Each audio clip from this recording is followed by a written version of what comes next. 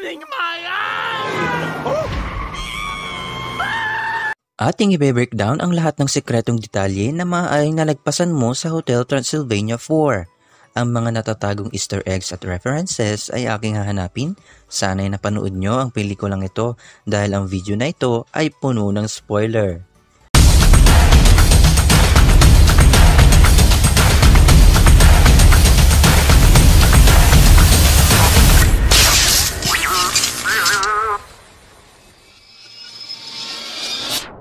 Before we begin, you can comment down below to join in my custom shoutout.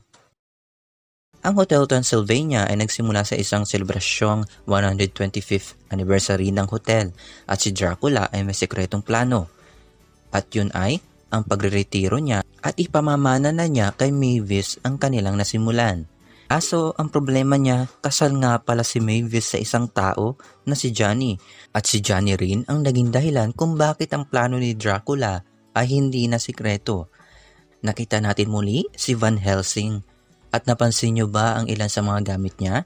May makita tayong mga buto ng dinosaur, isang malaking robot, isang kalansay, at kahit ang isang lumang diving suit. Bakit kaya napakarami niyang koleksyon nito?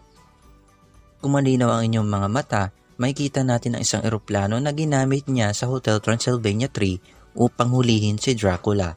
I will hunt you for all eternity! Ang napakalaking controversial na nangyari sa pelikulang ito ay ang pagiging tao nila Dracula at ang ilan sa kanyang mga kaibigan. Ito ang naging sanhi dahil sa kagustuhan ni Johnny na maging halimaw.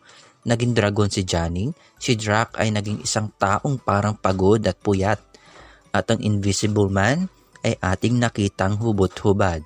Nakapagtataka lang at maaaring ganito na siya simula una pa lang. Noong napagtanto ni Dracula na siya ay isang tao, humingi siya ng tulong sa ilan niyang mga kaibigan na i-distract si Mavis. At sinubukan sumayaw ni Wayne at ang galaw niya dito ay halos katulad ng isang social media dance challenge na ginawa ni Jala Harmon. Ang pinakamaliit na detalye sa isang bato na may ilang ukit ng mga galamay, sabi ng iba dito ay isang reference kay Kraken na minsan nating nakita sa Hotel Transylvania 3 na kinontrol ni Van Helsing at ito rin ang ginawa niya kay Johnny. Ano kaya ang mga sekreto na nalagpasan ko? Kung may nalimutan ako, comment lang kayo dyan sa baba. Huwag kalimutang mag-like at mag-subscribe para sa mga Tagalog content. Dito lang yan sa M-Stream. Thanks for watching. Hold still, Drac! I got him! Johnny, wait!